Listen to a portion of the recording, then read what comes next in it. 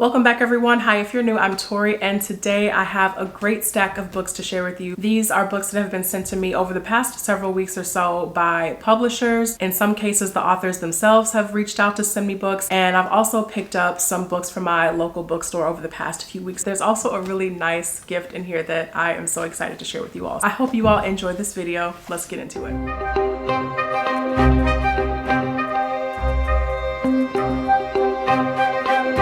So first, let's start with one of the nicest gifts that I've received in just all of my time doing booktube, making bookish content. So several weeks ago, I made a video just doing a series check-in so far for 2023, letting you guys know where I am with everything. One of my goals for 2023 was to start the Dandelion Dynasty series by Ken Liu, something that I'm very excited for. And the most amazing thing happened after that video. Someone on Ken Liu's team saw the video and reached out to me directly and asked could they send me the rest of the series. So I already had book one, which was The Grace of Kings, but now I have book two, The Wall of Storms, book three, The Veiled Throne, and the fourth and final book in the series, Speaking Bones. I was beyond words when that email came in, and I still am still slightly a little speechless because this is just honestly such a beautiful gift. I don't know if the individual wants to be named specifically, but thank you so much for this wonderful set. I really appreciate it. And also, I already had a copy of The Paper Menagerie and Other Stories, and I've read many of the short stories in here already. That's actually how I came to Ken Liu's work in the first place, through stories and Paper Menagerie.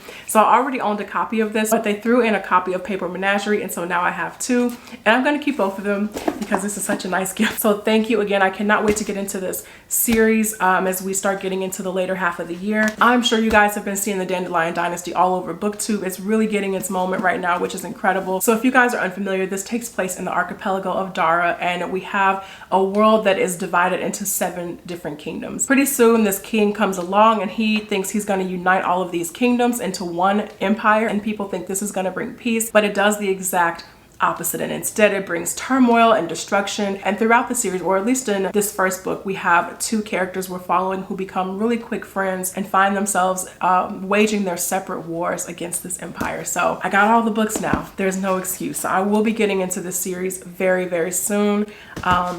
Just what an incredible gift. Next is a book I'm so excited for. I think this video is going to be going up on Tuesday the 11th. So if you guys are seeing this on the 11th, this book is already out, and that is Dark Water Daughter by H.M. Long. This is the first book in a new series called the Winter Sea series. The author and I follow each other on TikTok. She reached out and sent me this book, and just her promoting this book has been so exciting to see. This has been giving me all of the swashbuckling, like Pirates of the Caribbean vibes. I cannot wait to dive into this. This sounds like a great cast of characters. We have 2 it sounds like we're really going to be focusing on. One is Mary, who is a storm singer. It sounds like she is enslaved to this pirate lord, and in order to get back at him, she aligns herself with someone who's been trying to take him down. And then on the other side of things, we have this disgraced naval officer who is trying to find the very person that Mary has aligned herself with. So again, it just sounds like it's going to be a great time. If my timing of this video goes correctly, this book is already out by the time you're seeing it. So I'm so excited to put this on your radar, and if it sounds interesting, go check it out. Next, I have a book here that I picked up from one of my local bookstores, and that is The Outside by Ada Hoffman. This sounds like a lot going on in this book. It says super intelligent AI gods rule the galaxy, and we have this main character who is an autistic scientist, and she has developed this new energy drive that is just causing a lot of trouble. The main character is Yasira, and when she activates this drive, reality warps, the space station is destroyed, and she is brought in very quickly. But even though she's caused all of this destruction, the AI gods don't want to execute her just yet because they want her to track down her old mentor who has gone missing. So that's all I know about this going into it. This sounds really good. Next is a book I also picked up from that same bookstore in the same trip, and that is The Spear Cuts Through Water by Simon Jimenez. I have been seeing this everywhere. This just sounds like such a beautiful and epic sweeping tale. This is actually a standalone fantasy, and we have 2 warriors in this who end up shepherding this ancient god across the land in order to get rid of this ruling family. And I have seen this book all over the place. I've seen it across BookTube. I've seen it all across BookTok, and I truly have not heard a bad thing about it. This is one of the staff recommendations at the bookstore where I got it from. So there's a lot of love to go around for this book, and I also hope I am one who comes out of it really enjoying it. Next is a book that was sent to me by the publisher, and that is Counterweight by Juna, and this is translated by Anton Her. It says Juna is widely considered to be one of South Korea's most important science fiction writers. And this book in particular, it says, will appeal to fans of Philip K. Dick, Bong Joon-ho, William Gibson, and Annalee Newitz. I have read the back of this book a few times, and I'm still like, how do I put this into words? We have an elevator that is being constructed in Earth's orbit. And there's also this travel hub that serves as a gateway between this island and our actual planet. But this is where the synopsis gets a little weird. The elevator, it sounds like, is being held up by space junk that is known as Counterweight. But inside all of this space junk, we have the memories of the CEO of the conglomerate that has been constructing the elevator. It just, again, it sounds like a lot going on. And it says that the control of this memory fragment will determine not only the company's future, but also humanity's. Sounds weird. I believe this is out later this month. I'll put the official release date up on the screen. But yeah, this is pretty busy. It says a tale of corporate intrigue, political unrest, unsolved mysteries, and the world's first space elevator. Next is a book I picked up. I think I got this from Barnes & Noble. That is A Taste of Iron and Gold, and this is by Alexandra Rowland. This is a fantasy romance novel. Our main character is Prince Kadu, and his sister is the queen. He has to prove his loyalty to his sister and goes to investigate a break-in that happened at one of their guilds. But when Kadu goes to investigate, he needs a bodyguard, and so this is where the romance starts to come in. His bodyguard is this really handsome guy who sounds like he doesn't even want to be there. It says he tolerates Kadu at best. So yeah, they have to work together, and pretty soon they start uncovering secrets about this land. I haven't seen a whole lot about this book, but the little I have, it's been fairly positive, so looking forward to getting into this for myself. Next is a book that was sent to me by the author, that is The Deep Sky, and this is by Yume Katase. When she reached out and I was reading the synopsis of this, I was literally thinking, reading the synopsis, I was like, this sounds really good. So I am very excited for this. This is also out later in July. This is Yume's debut novel. This is being published by Flatiron Books. On the eve of Earth's environmental collapse, we have these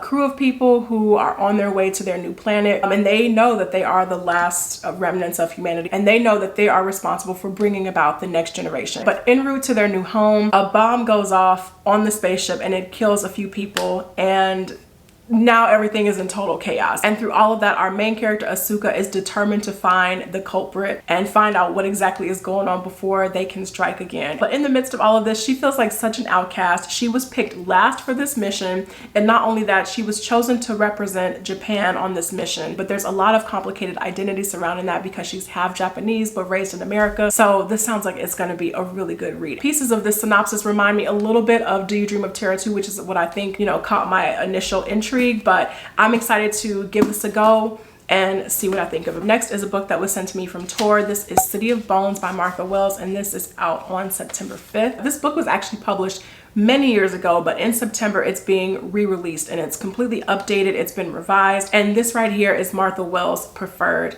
edition. I'm looking forward to giving Martha Wells another chance. You guys probably know I am not really a fan of the Murderbot Diaries, and I did have a little bit of interest in reading Witch King. I was kind of on the fence about it, but then a lot of mixed reviews started coming out and I was like, you know what, I think I'm gonna hold off on that. But I do think City of Bones sounds a little bit more up my alley. The blurb describes this as part Tomb Raider, part Dune, which is really interesting. That actually kind of has me, I'm not gonna lie. Our main character, Kat, it says, is a member of a humanoid race created by the ancients to survive in the waste. And Sagai, his human partner, are relic dealers working in the bottom tiers of society, trying to stay one step ahead of the trade inspectors. And it says these characters find themselves as the last line of defense between the suffering masses of this world and a fanatical cult. I have two more books here. The next is Silent City, and this is by Sarah Davis Goff. This was sent to me by Flatiron Books. This book is for fans of Station 11 and 28 Days Later.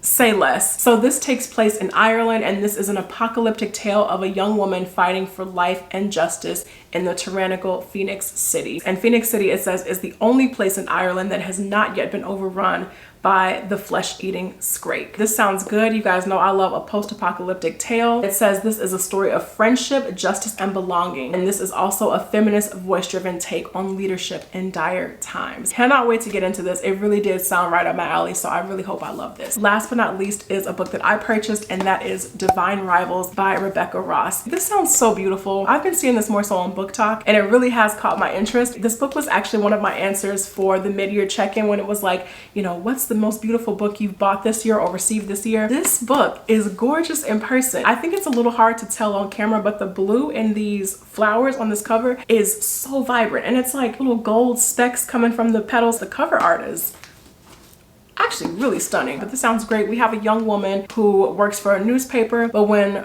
her brother goes missing on the front lines of the war, she begins to write him letters and just kind of leave them. But one of her rivals at the paper finds her letters and begins responding. And from there it says Divine Rivals is an epic enemies to lovers fantasy novel filled with hope and heartbreak and the unparalleled power of love. I think I might bump this up on my summer TBR. So that is it for me, you guys. Thank you all so much for watching this video. I really appreciate it. Let me know if you've picked up any books recently, whether from your local library, your local bookstore. Let me know what you're excited to read this summer, and I will see you guys in the next video. Take care.